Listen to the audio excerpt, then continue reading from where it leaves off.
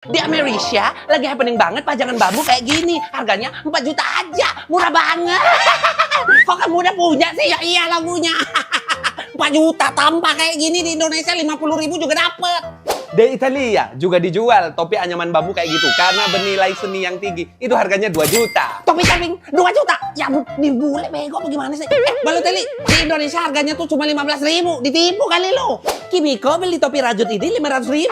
500.000. Tapi lebih murah sih dibanding yang tadi. Kimiko beli di mana emangnya? Di Indonesia. Waduh, mahal amat. Lu kenapa jual topi rajut mahal amat ke turis kemarin? 500.000 untuk turis lokal ya emang mahal bang. Tapi kalau untuk bule-bule itu 500.000 udah murah. Ada bule ya kesempatan saya untuk ngambil untung lebih. Ini topi rajut bagus betul loh. Berapa? 1 juta aja teh. Bagi 2. Ya udah, ini bungkus. Piye? Ini kenapa malah nyanyi sih? Gini nih kalau nonton film India, seneng nyanyi, sedih nyanyi, mau berantem nyanyi, kenapa harus nyanyi terus? Kau tidak suka? Ya. Enggak, biasa aja. Suka kok. Penjuta. Tarian dan nyanyian di film India itu bukan cuma hiburan, tapi juga identitas budaya.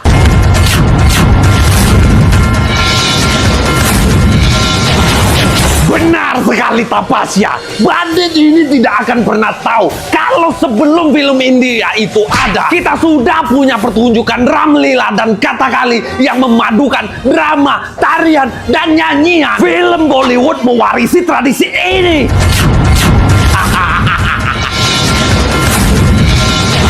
Ya tapi masa filmnya 3 jam 1 jamnya cuma nyanyi sih? Lagi banyak orang. Justru itu yang membuat filmnya seru. Sepertinya anak ini cuma suka film-film horor yang negaranya produksi Tapasya. Aku sampai heran kenapa di Indonesia banyak sekali film horor. Apa hidup di Indonesia memang sehoror itu? Iya emang. Maaf loh, nggak sengaja bangun kesiangan. Jadi jalan kan kita? Wah, masih aja marah. Gua udah minta maaf. Apa sih? Kan udah dibilang. Maksud gua tuh, iya jadi jalan. Makanya jangan ngegeleng-geleng aja. Ngomong, apa susahnya sih? Nggak peka.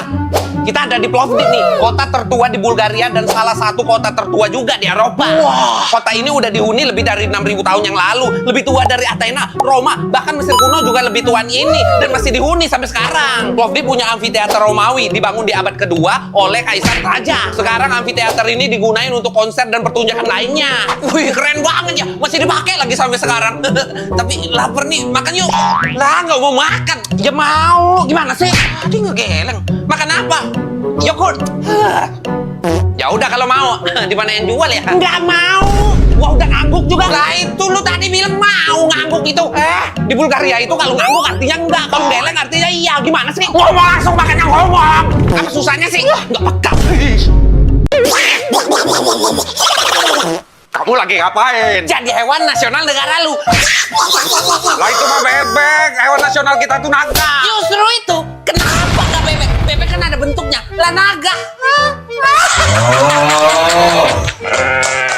Kita percaya karena memang warisan budaya kita. Menurut mitologi Celtic, ada 2 naga yang bertarung. Naga merah dan naga putih. Naga merah melambangkan Wales dan naga putih melambangkan Saxon si penjajah. Naga merah menang di pertarungan itu. Kami bangsa Wales meyakini itu pertanda bahwa kami akan menang melawan penjajah. Mulai saat itu, orang Wales selalu memakai simbol naga termasuk di bendera kita. Tapi kan itu legenda, mitos. Dulu orang-orang di Eropa, termasuk orang Wales, percaya banget kalau naga itu ada. Diperkuat juga dengan ditemukan tulang-tulang raksasa kayak fosil dinosaurus yang kita yakini sebagai tulang naga. Alah, masih gak ada bukti. Kayak di Indonesia dong, ada buktinya. Beneran ada naga di Indonesia. Apa? Komodo Dragon? Itu kan kadal. Bukan, gua bisa kasih lihat sekarang kalau lu mau. Mana coba? Naga!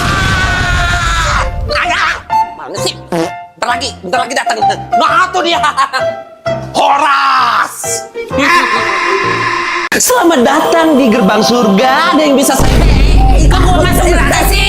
Iya, saya cek dulu ya. Iya, dicek dulu. Aduh, aneh ya. Kok padahal rajin ibadah loh kamu. Ya iyalah, rajin gua ibadah. Sedekah juga sering. Apalagi sedekah ke anak yatim, ke negara juga gua sedekah ke negara. Ya iya, bayar pajak. Wah, miskin sekali ya. Di sedekah rakyatnya. Di sini kamu juga pintar katanya. Itu jelas. Proses terjadi jadinya udah air di permukaan bumi menguap menjadi awan, habis itu di dalamnya ada air, airnya jatuh ke bumi. Nah, butiran itu disebut hujan. Kodok berapa setengah? Baru dan kulit $1 berapa rupiah? $16.600. Buset, makin mistis. Gak usah ngeledek. Beneran pintar ternyata ya. Kok masuk neraka ya? Di sini dibilang kalau kamu gak masuk surga karena sering ngirim reels ke temen-temen kamu. Ya, kenapa orang ngirim video reels doang kok malah masuk neraka? Apa? Apa yang dikirim? Video apa? Itu ya udah deh. Neraka di sebelah kiri. Iya maaf. Saudara-saudara, pilih saya. Kalau kalian pilih saya, Ngapain lo? Latihan kampanye, kali aja nanti jadi anggota DPR kan?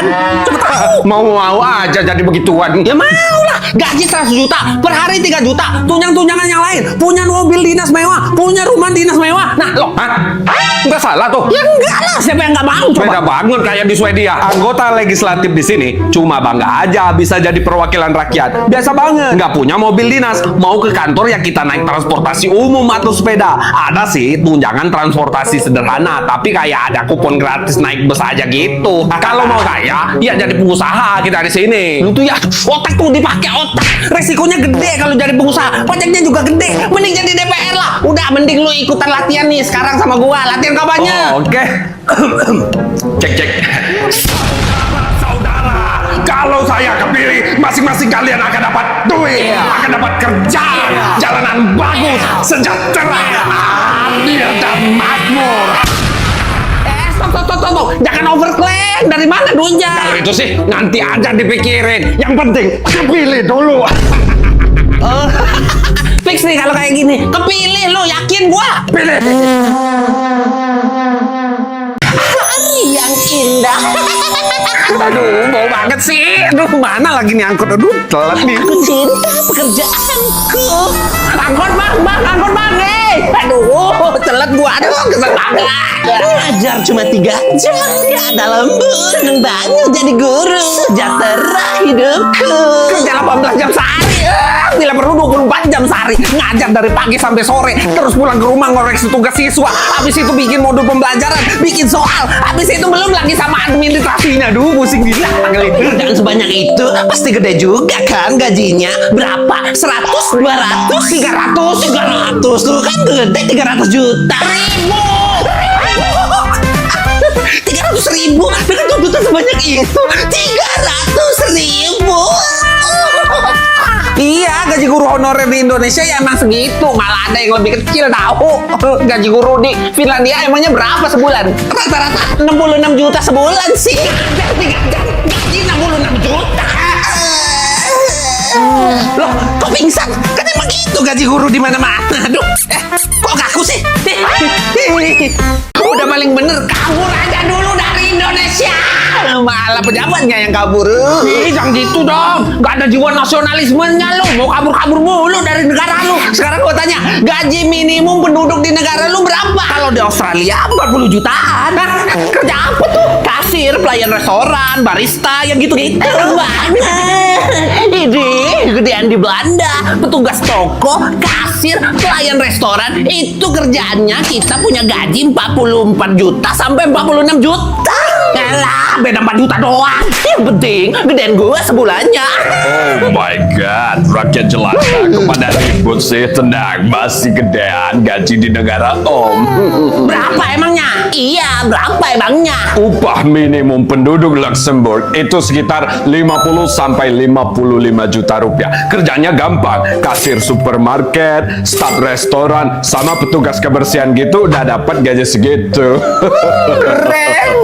Omnya kerja apa nih? Keren juga soalnya. Om kerja bersih-bersih WC. Kirain anggota DPR. Iya, emang gaji minimum penduduk Indonesia tuh berapa? 2 juta.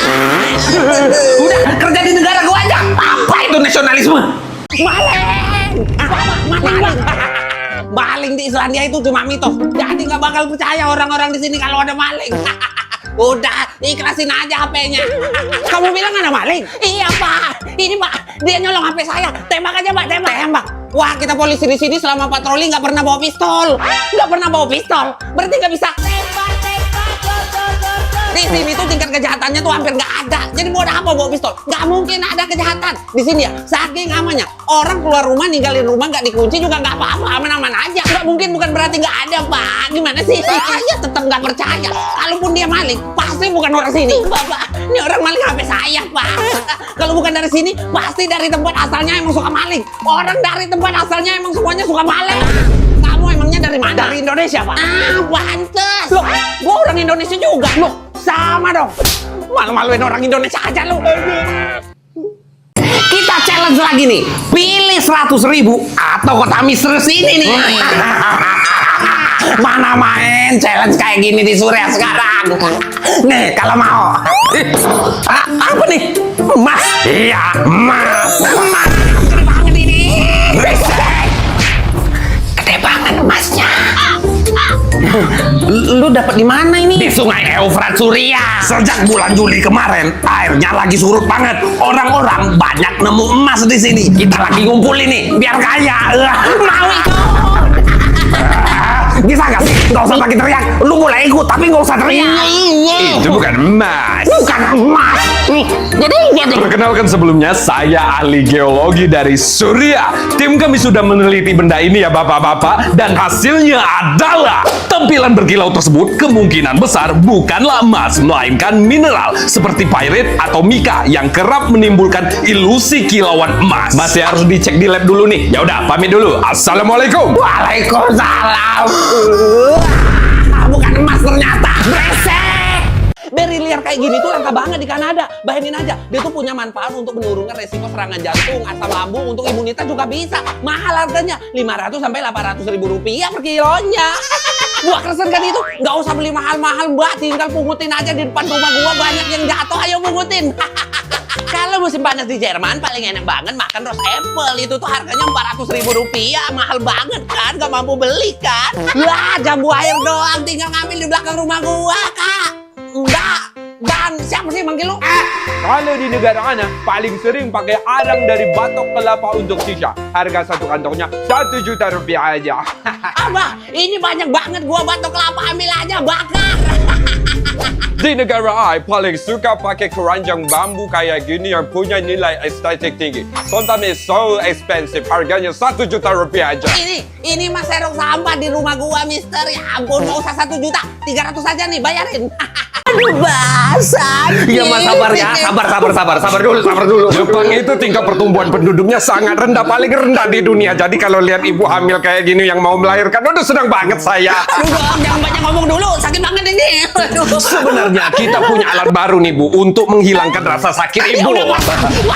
Bentar, kita jelasin dulu sistemnya seperti apa. Gimana tuh dok? Alat kita ini memungkinkan untuk mengurangi rasa sakit ibu karena ditransfer ke bapaknya gitu.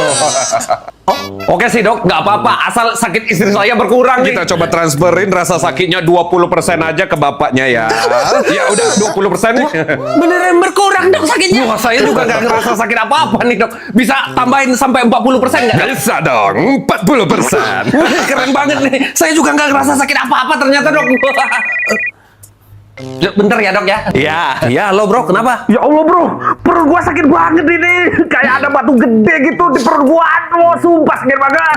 Periksa gila. Bentar ada apa-apa lagi. Naikin ke 60 dok. Oke, 60%. Aduh, makin sakit ini. Makin sakit.